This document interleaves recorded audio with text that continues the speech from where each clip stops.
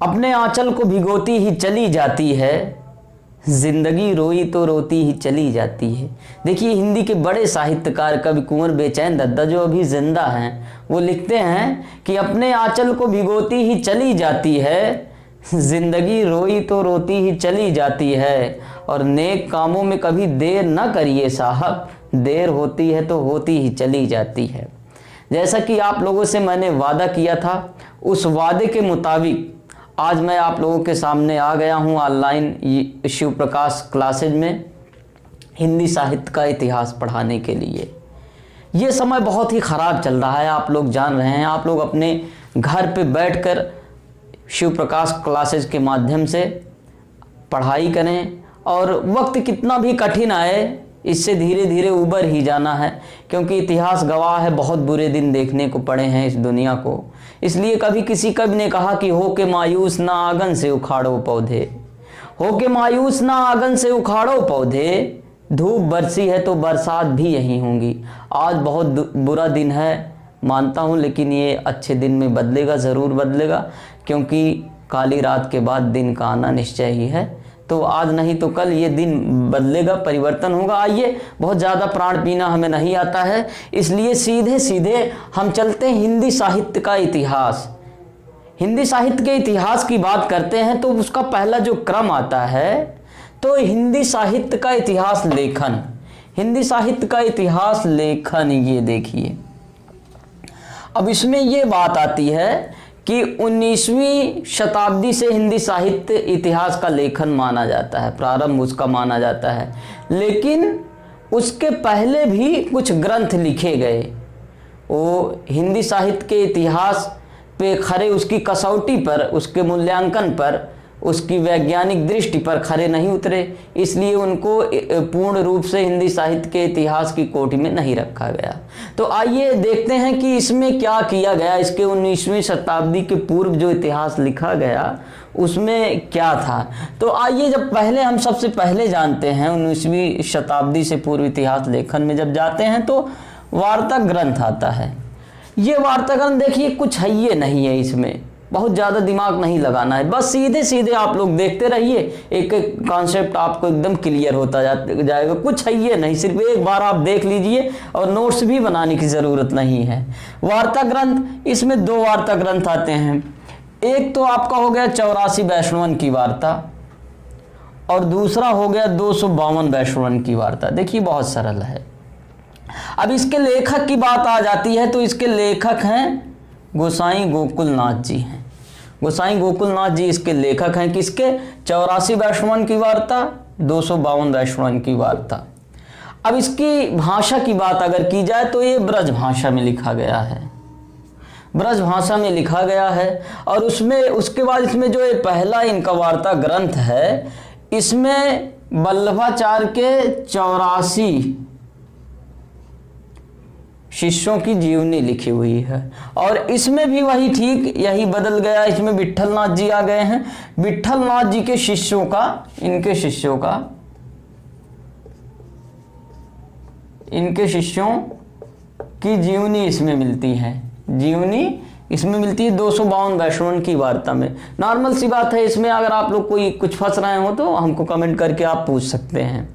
अब उसके बाद जो बात आती है, इन ग्रंथों में क्या हुआ, क्या किया गया है, इसमें कोई वैज्ञानिकता नहीं है। इसमें जैसे इतिहास ग्रंथ का एक आप बेस मान सकते हैं, इसमें क्या किया गया है, इसमें ये जो इनके शिष्य हैं उनके कवियों का जीवन परिचय दिया गया है। और उसके बाद भी कुछ ग्रंथ आते हैं, जिसमें से ये अपना आता है भक्तमाल और दूसरा अष्टयाम। अब इसके लेखक की बात आती है तो नाभादास जी हैं इसके लेखक हैं। और तीसरा एक ग्रंथ जो है, इसको कालिदास हजारा, इसका नाम भी बड़ा इससे मैच खाता हुआ है। इसके लेखक का नाम है कालिदास त्रिवेदी, कालिदास त्रिवेदी। आप लोग इसको सिर्फ ध्यान से सुन लीजिए, अगर थोड़ी बहुत दिक्कत आ रही हो तो आप रिवीजन के लिए आप इसको नोट्स के रूप में भी बना सकते हैं। तो ये ग्रंथ जो हमारे हैं ये 19वीं शताब्दी के पहले लिखे गए ग्रंथ हैं।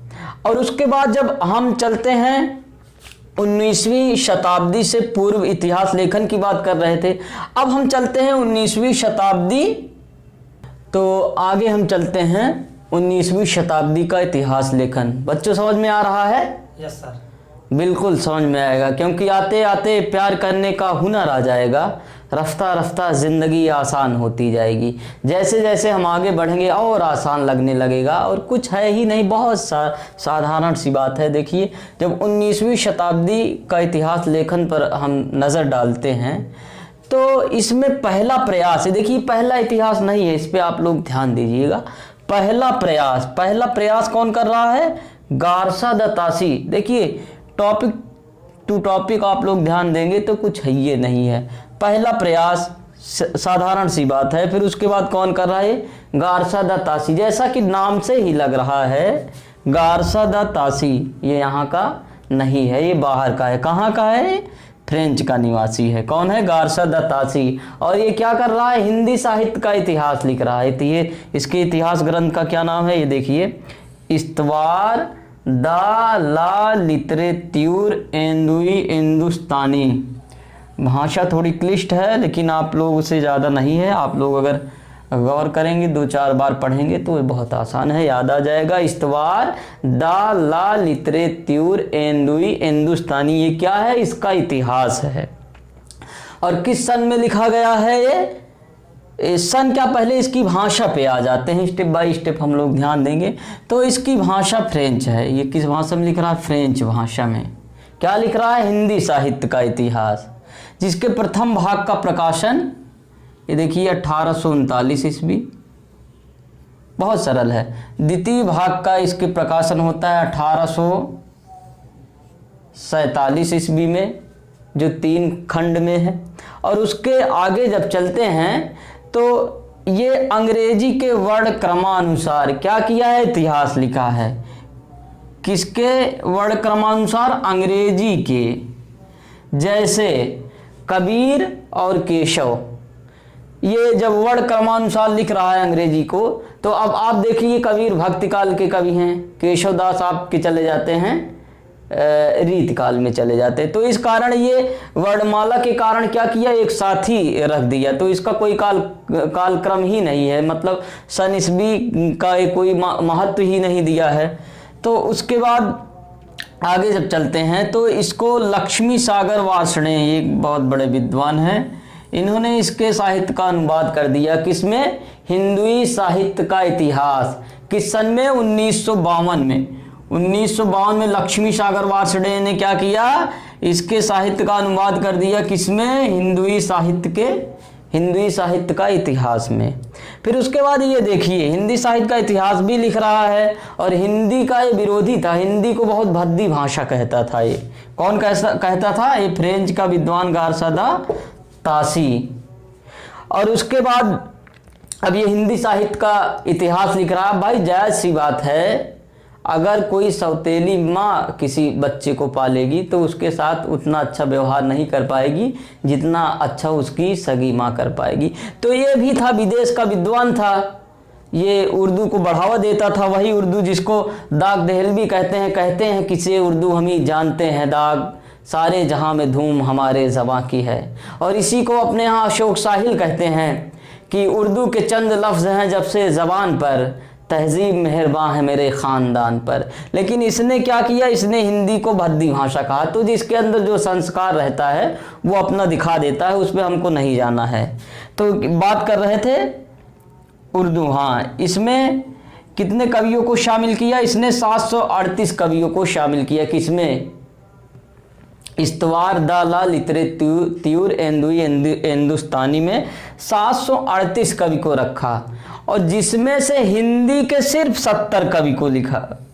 70 कवि को रखा। देखिए बड़ा दुर्भाग्य है। ये हिंदी साहित्य का इतिहास लिख रहा है और उसमें हिंदी के सिर्फ 70 कवियों को रखा, बाकी उर्दू, फारसी और मतलब अलग भाषाओं के कवि को रख दिया। तो ये कौन था? गारसदा तासी। इसके विषय में आप जान लीजिए, इससे और कोई क्वेश्चन नहीं आता, सिर्फ इतने क्वेश्चन आते हैं। कोई भी आप एग्जाम दीजिए, टीजीटी, पीजीटी, नेट और उसके बाद हायर एजुकेशन में जो भी आप देंगे, इससे गारसदा तासी से एक क्वेश्चन आपको नहीं मिलेगा, ज़्यादा कहीं पूछा हो।